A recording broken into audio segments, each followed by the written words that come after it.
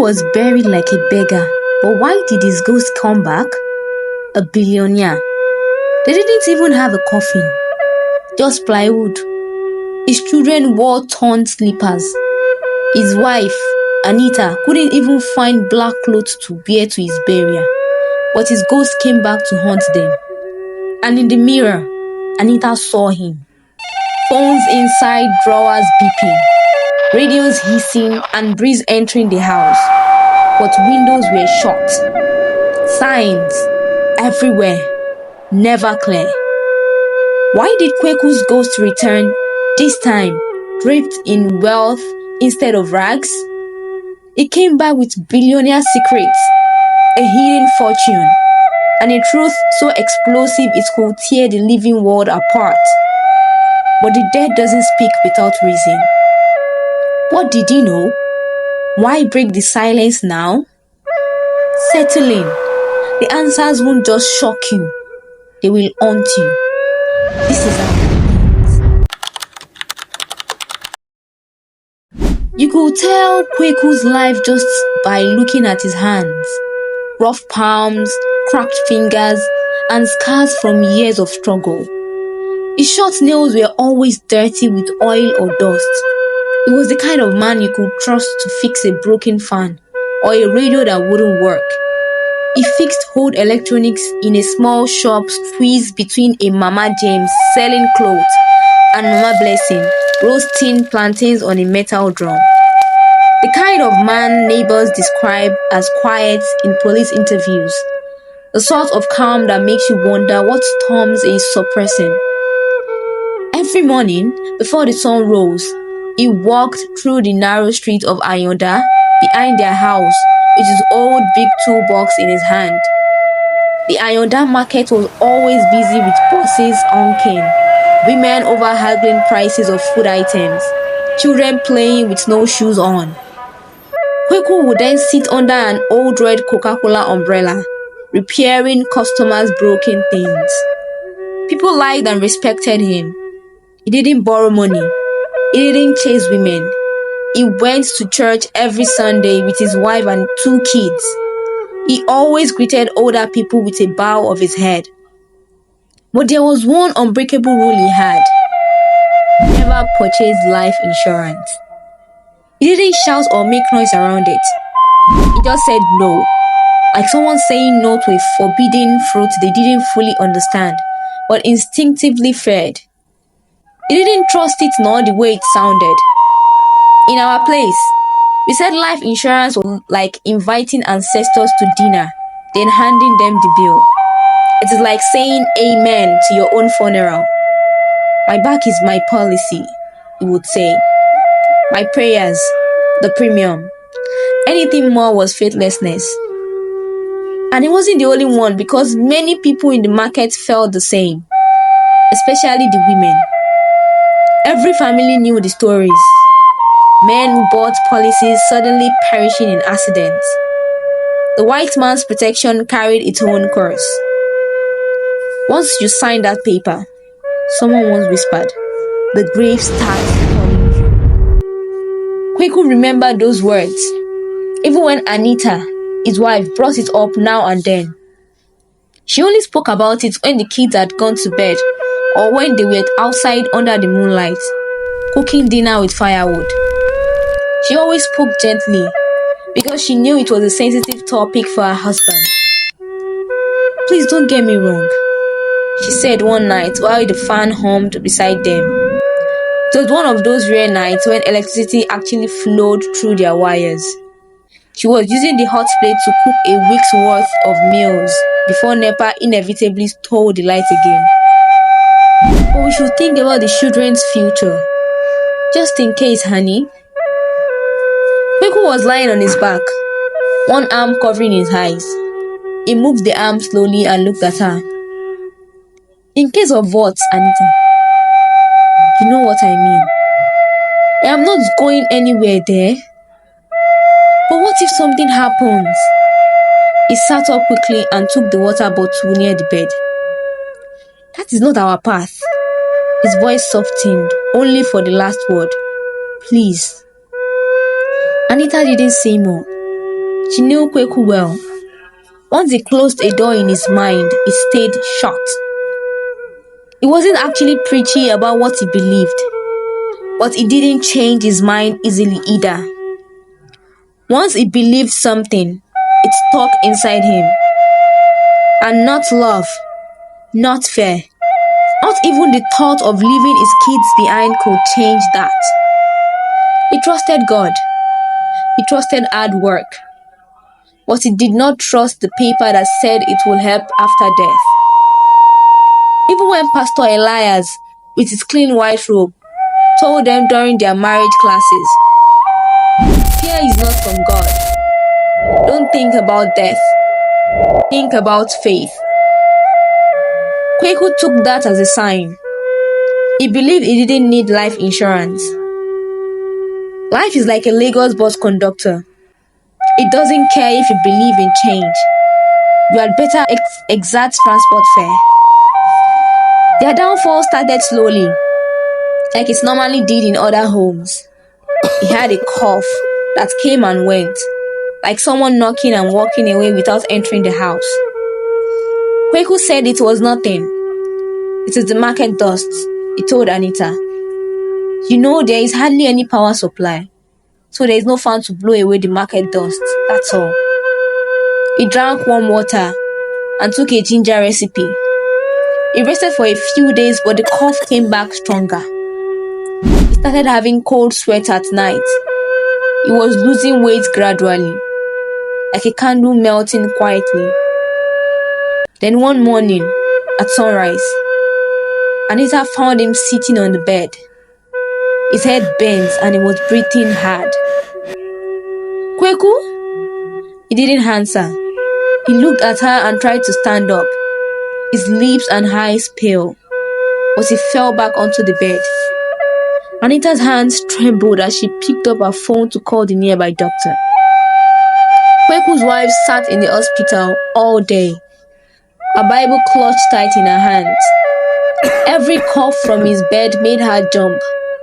The doctor spoke in heavy, confusing words: pulmonary complications and severe infection. But she understood one thing clearly: her husband's lungs were failing. Anita asked if it could be healed.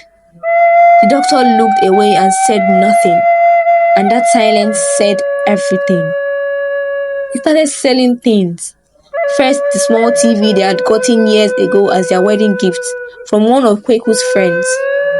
Then the extra mattress the kids slept on. Then the blender. Kweku watched as Anita sold her wedding ring to a jeweler as a giveaway prize. The man barely glanced at it before tossing a few crumpled bills away. Not even enough to buy medicine for a week. No thank you. No sympathy. Just greedy fingers snatching away the last piece of her happy past. But the money ran out fast on drugs, scans, and consultation fees.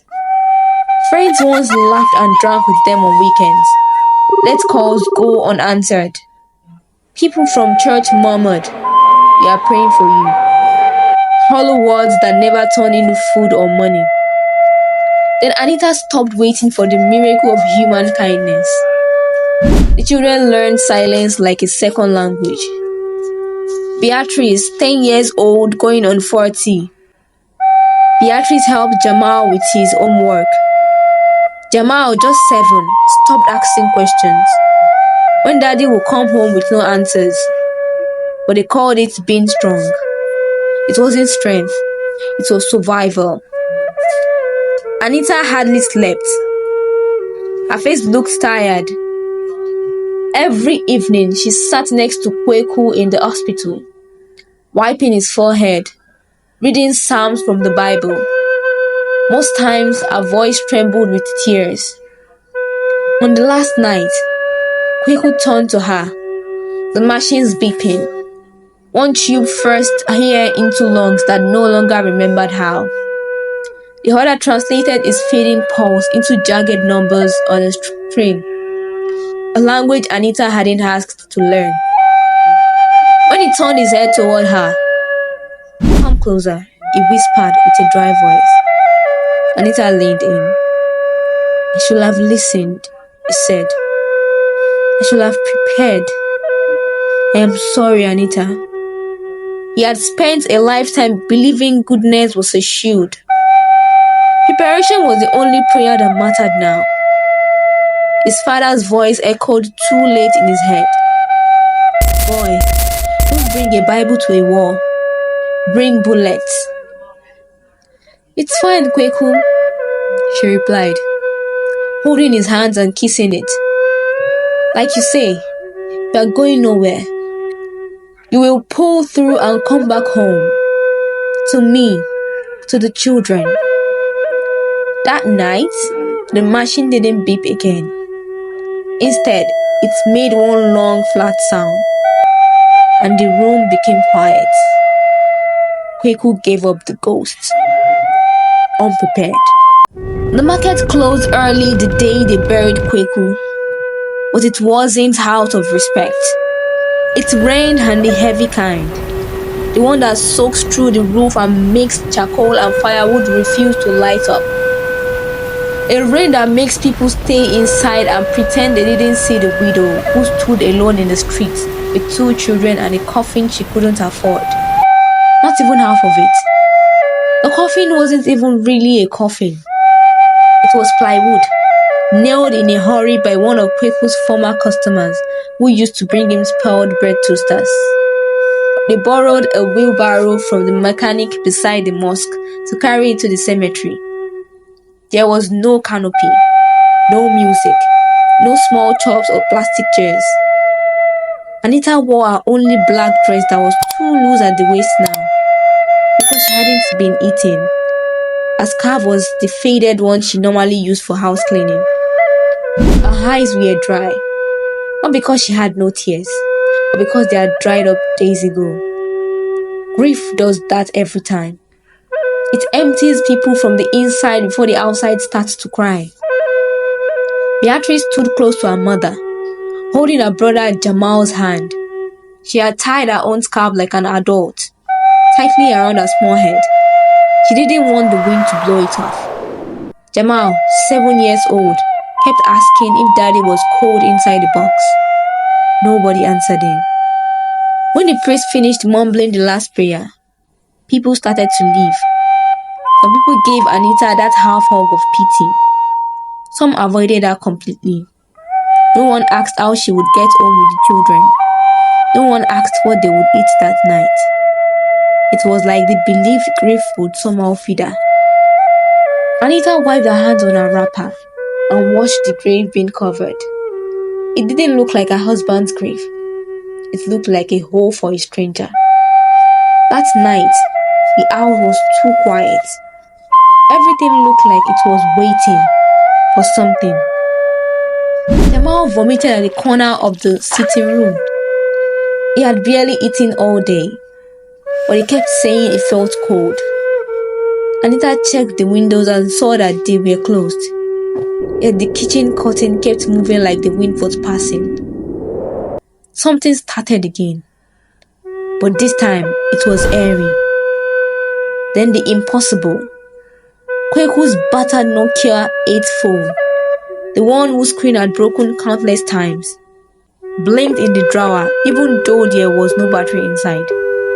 There wasn't even a back panel to hold the battery, if at all there was a battery. A single notification paused, like something breathing. Anita ignored it at first, but it blinked again the next night, and the one after that. Then Beatrice saw the hallway bulb flicker by itself whenever someone walked past. She said nothing, thinking maybe the electricity company was just being their usual self. "Mommy," Jamal said one night, slapping his tiny hands against Anita's thigh. Daddy came to bed. Anita dropped the plate she was washing and turned. "What did you say?" "I saw Daddy, Mommy. He was standing there." Jamal pointed to the window. "He was looking at me, but he didn't say anything." Anita's legs trembled as she bent down to Jamal's height.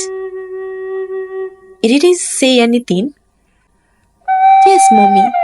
He just stood there and he looked white. White? Like the candle when it's about to finish. Anita wanted to shout at him to say, "Stop talking nonsense." But the fear in Jamal's eyes made her hug him instead. What is happening? Anita thought, the same fear creeping in slowly into her heart. It got worse.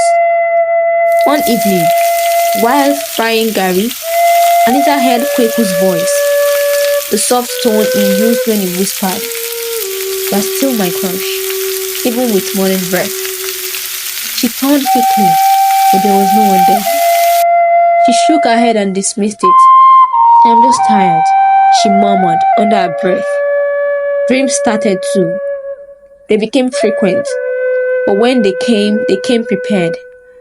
In the dream, she stood in their market stall, but the market that was usually busy was quiet, and it looked abandoned with no haggling aunties, no children chasing dropped coins. The silence was wrong. Markets never sleep.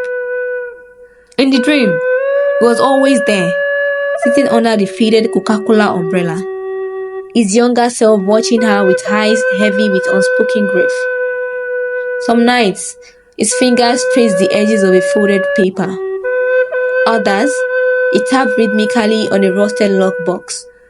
Tap, tap, tap, like a code meant only for her. Each time she reached for it, her hands passed through the metal as if it were smoke. That is when the sweating started. She started avoiding sleep. But the signs didn't stop. One Saturday, while Beatrice was brushing Jamal's hair, she screamed. Anita rushed into the room and saw what made her drop the broom. On the small mirror was a word that looked like it was written with a finger. Prepare.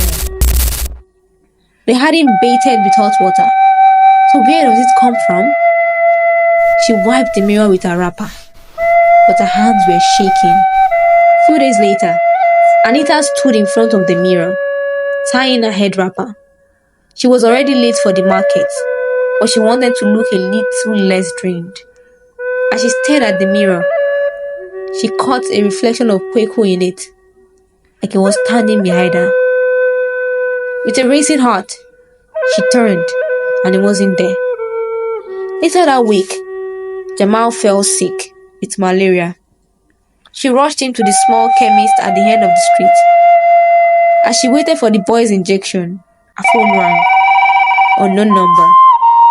She hesitated, then picked it up.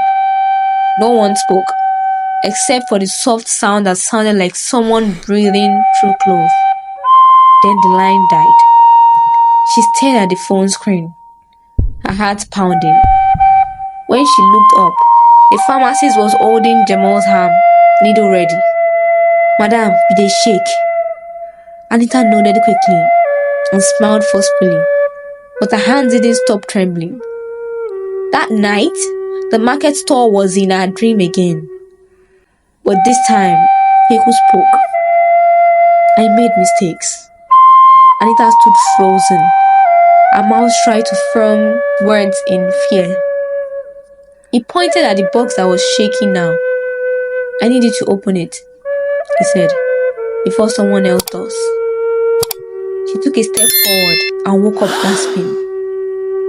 The curtain fluttered like someone had touched it, and the phone in the drawer vibrated. On the wall, written faintly in what looked like chalk, "The peace is hidden in what you fear." Anita didn't call the unknown number back that day. A decision that seemed small then, irrevocable now. She watched Jamal's chest rise and fall on the hard bench in the pharmacy. Behind the counter, the pharmacist's metal spoon scratched against mortar, grounding tablets into bitter dust with a metal spoon. Each drag of metal on ceramics sounded like a clock ticking. How much longer? How much more? The questions called like medicine smoke in her lungs. When they got home, Beatrice asked, "Mommy, should I warm the yam porridge?" She nodded and carried Jamal into the room. They had left the food in the pot before rushing out. It had probably gone sour, but she didn't have strength to care. That night, while the children slept, she stepped outside and sat on the veranda. The neighbors who usually played Fuji music on Friday evenings had turned down their volume to go to the club. She sighed and looked up at the sky. It was black, with no stars, and somehow it resembled her mind. But something inside her whispered, "Stand up," and she did. 2 weeks later, Anita started a new job. She cleaned offices on the mainland. The buildings had white glass doors that reflected her dry, aged face. She worked from 7 p.m. to 2 a.m., Monday through Saturday. The transport alone ate up half her pay. But at least the children no longer had to sleep hungry, and they had something decent to eat. Her phone rang again, and it was the same number. Anita hesitated, then answered. "Good evening," the voice said. It was a woman. "Yes?" Anita answered sharply. She had no time for play. "This is Clara. I just wanted to check in. You don't know me, but please don't hang up." Anita didn't say anything and waited for her to continue. "I was a colleague of your husband. In a way," Clara continued. "He left behind some unfinished matters. Can I call you back in a week? I don't want anything from you. I only want to honor him." Anita frowned. "Colleague? When did her husband have a colleague? He was a repairman in the market. So what's colleague?" The line went dead. She stared at the screen for minutes. The dreams came first, then the signs. This time, they were in their old one-room apartment, the place they stayed before the children arrived. Kweku sat on the floor, looking younger. He smiled. "You will be okay," he said. "But you need to see it." "See what?" Anita tried to ask. He pointed at a locked box, the same one from the older dreams. A key floated in the air beside it. But every time she reached for it, her hand dissolved like she was a ghost who couldn't touch and feel it. He woke up gasping. At first, it was just coughs, dry little sound that could have been dust or coincidence. But Anita knew that rhythm. She had memorized the signs from Kweku's final months. Anita would clear her throat repeatedly after mopping the office floor. She thought it was dust from the old carpets and the stress she was undergoing. But it didn't stop. She started coughing at home too. In the morning, after bathing Jamal, cooking breakfast, she told herself it was catarrh. The weather has changed lately. Everyone was catching a cold. Then one morning, while Ben scrubbing the bathroom tiles, she felt something hot gush to her throat. She spat, thinking it was the food she had 2 hours ago. But it was red. She blinked and looked at it again. Blood. She rinsed it quickly and washed it. Then she leaned on the wall and tried to breathe. She didn't tell the children. She was counting back just like Kweku. She continued going to work, continued washing, cleaning, cooking, smiling. She even made akara one Sunday because Jamal said he missed how Daddy used to fry it. But the coughing didn't stop. One afternoon, while ironing Beatrice's uniform, she bent forward and felt sharp pain in her ribs. She fell to her knees. Beatrice ran from the kitchen. "Mommy, what's happening?" Anita smiled in pain. "I'm fine. It's just a small tiredness, my daughter." But Beatrice saw the blood-stained tissue paper beside the pressing iron. She helped her to sit and brought her water in a cup. Jamal cried, scratching his ear. "Mommy, please don't die," he whispered one night when she tucked him in. "We don't want another burial." Anita rubbed his head. "I must finish what your father started," she said, "so I won't die, my son. I will be here till you and Beatrice buy me cars and big houses." He grinned and nodded, satisfied. "Big house, Mommy." She believed it too. That night, she saw Kweku again. They were in the old room, the sunflower curtains. He sat cross-legged on the mat. He looked at peace. "Don't be afraid," he said. "The children will be fine." But this time, he added something. "Find the envelope." "Find it," he said again before fading. She woke up sweating. There was no light, but she felt something move. The kitchen drawer, the one that jammed, was wide open. How? Inside it was an envelope. She took it out slowly. On it, in Kweku's familiar handwriting, "Palm Trust. Open when ready, dear." That morning, she went to brush her teeth. The bathroom bulb had died some days ago, so she used her phone torchlight. When she bent to rinse her mouth, she coughed more blood, more than yesterday, more than she could pretend was normal.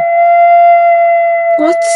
she started to say as she took some steps back, but she slipped and hit the floor. Beatrice, half asleep, heard the crash. "Mommy?"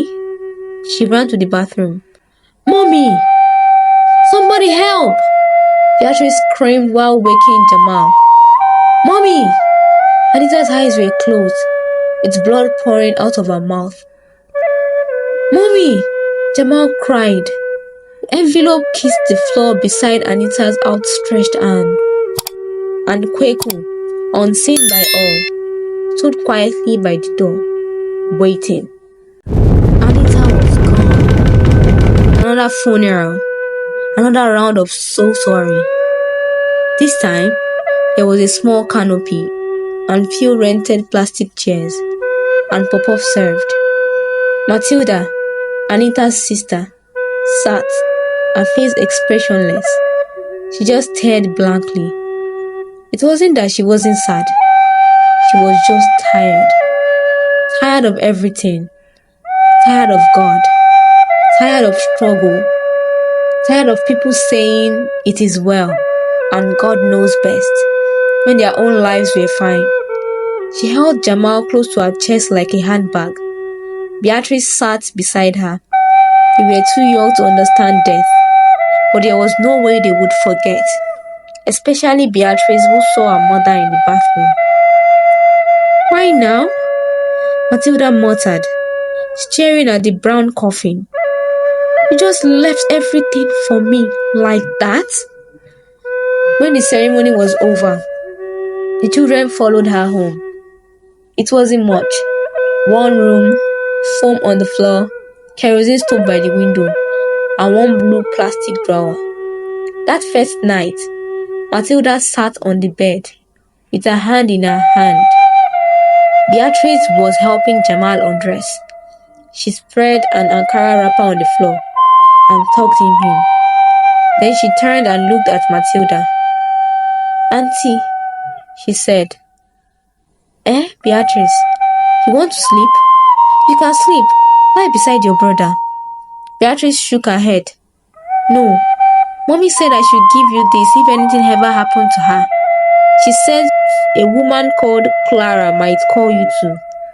She reached into her school bag and pulled out an envelope, bent at the corners and slightly damp from time and tears.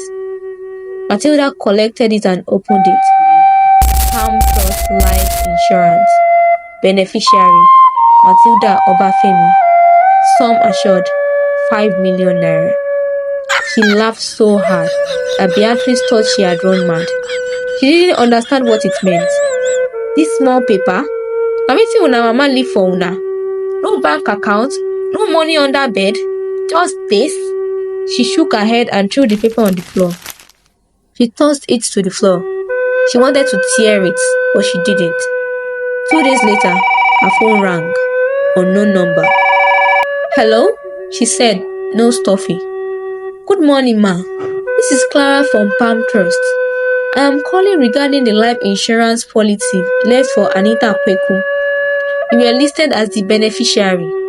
We are processing the claim and need you to come to our office with a valid ID. Matilda sat up. Wait, say what? You mean say all these things are real? Yes, ma'am. She had a policy. 5 million naira. Matilda was quiet. Ma, are you still there? I did, she said slowly. 5 what? 5 million, ma. She never missed a payment. Even in hardship, she paid small every month. Matilda didn't speak. She just blinked. Ma, are you still there? I did. That night, Matilda couldn't sleep. She sat with the crumpled paper in her hand, staring at it like it might disappear. Anita, you get mind, she whispered. You really try. You do pass me. And 2 weeks later, the money arrived. Just like that. The children returned to school in brand new sandals, clean and new uniforms. Jamal even picked pencil colors in the shop and said thank you like a big boy. Matilda used some of the money to rent a 2-bedroom apartment down the road with tiled floor and running water. She even bought a small fridge. They are well, and it wasn't just rice and beans. Chicken, cornflakes, golden morn, sometimes indomie with egg and sardine, Jamal's favorite. Neighbors noticed. Madam, you don't have mouth. Mama Ridwan said one evening while watching Matilda put out clean laundry. This one your children, they shine like this now. Matilda laughed, glad they called her sister's children her children. Now God though, even church people came to greet her. The same people who had only sent thoughts and prayers during the burial. Matilda paid the rent, cleared all debts, bought a small phone for Beatrice. One night, while the children were sleeping, something strange happened. Matilda woke up to use the toilet and passed the children's room. The door was half open, and she peeked her head inside. What she saw made her gasp, her palm covering her mouth. Kweku, he was standing near the window, looking down at the children sleeping. He didn't say a word. He turned and smiled at her, like someone who had finished a long day's work and was ready to go home. Matilda held her hand to her chest, her heart pounding. She blinked and reopened her eyes, but he wasn't there again. That night, she slept like a baby with no worries. By the next month, Beatrice had joined Home Science Club. She came home talking about sanitary pads and protein and carbohydrate foods with excitement. Jamal made a card in school on his mother's death anniversary that read, "Thank you for leaving us with Auntie. She's taking care of us. We miss you." His teacher showed Matilda, wiping her eyes. "How are you managing all this?" Matilda just smiled. "Now God." It was God. But the full truth was that it was a paper. A decision Anita made in the dark, in secret, when she herself didn't know whether it would work. But she did it anyway, and now her children are fine. The story spread. It went round the compound first, then the street. Then somebody's uncle in Mushin shared it on Facebook. Then one woman who sells Ankara on Instagram posted it with the caption, "She died poor, but her wisdom made her children rich." Hashtag Palm Trust, hashtag Life Insurance, hashtag Real Story Nigeria, hashtag Anita and her children. People talked. So life insurance is not a scam? Yes, my brother. It is not, oh. She was just dropping small money every month. And the children are doing fine now. I will register tomorrow. Even some men started whispering about it over bottles of beer. Guy, you sure say I no go try this life insurance thing like this? I go follow you. I have 3 children, no. Anything fit happen for this Lagos. And slowly, the story became a lesson to everyone who heard it. This story teaches us that although no one plans to die, you should make preparations, make decisions with sense. Just like how Anita made tough life decisions in suffering. Don't wait for comfort to do what is right. Matilda never called herself rich, but when she looks at those children, she smiles because they have food, school, and sleep peacefully. They are safe. Kweku died as a beggar, but in the end, he saved his family like a billionaire. This story isn't about just ghosts. It's about the depth the living hold dead. Kweku's return in designer suits rather than grave clothes asks the brutal question: what truth would the departed reveal if they came back wealthy instead of rotting? We are listening. What do you think really motivated Kweku's return? Have you ever felt the weight of unspoken family truths? If this story resonated with you, share it with someone who understands that sometimes the dead speak loudest when we have stopped listening. To everyone carrying untold stories, may they find their moment of truth in this life or the next. And guess what? Next week's video is something extra special. Trust me, you won't want to miss it. So hit that subscribe button and turn on notifications so we can keep this journey going together. Page more below. This life-changing twist will make you question everything.